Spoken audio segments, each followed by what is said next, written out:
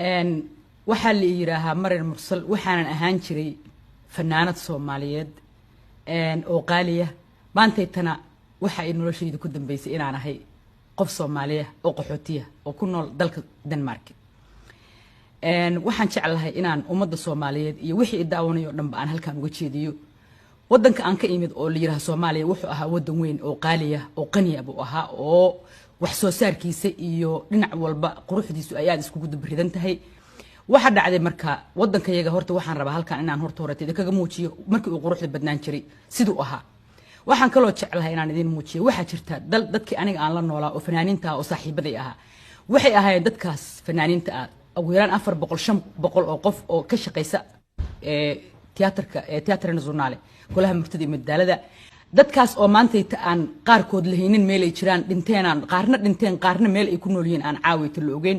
anigu laakiin aan halkaan kaliya haatan soo galay horta iyakan ilaahay waxaan uga baryayaa maartay nolol fiican baan uga baryayaa iyo nabad qab ilaahay inuu siiyo ayaan u baryayaa maxaa la yiraahaa waxaan jecelahay halkaan inaan iyagana qarannimadoodii iyo quruxdoodii iyo sidii ahaan jireen sidii u noolaan jireen in halkaan iyagana masawirkoodii aan ka muujiyo ayaan jecelahay waxa jirto kale hees kale oo anigu maxaa la yiraahaa aan jecelahay maanta inaan halkaan ka qaado oo la yiraahdo magaceeda Soomaali ceeb u diida heestaas waxa soo curiyay miraheeda waxa soo curiyay Yuusuf Aadan baa soo curiyay muusikada si iskugu dhacaysay codkeeduna waxa soo curiyay ninka la yiraahdo Cabdi Khadar Xasan Laari habka hadda la iskugu dubariday waxa sameeyay nin Danish ah oo la yiraahdo magaciisa Son la yiraahdo ayaa isku dubariday heestaas waxa weeye heestaas wax walba iyada taabanaysa wadankayaga ayayna ka sheekeynaysaa heestaas waxaan jecelahay inaad si fiican u daawataan haatanna inaan rabo heestaas inaan idin saaro ku soo dhawaada heestaas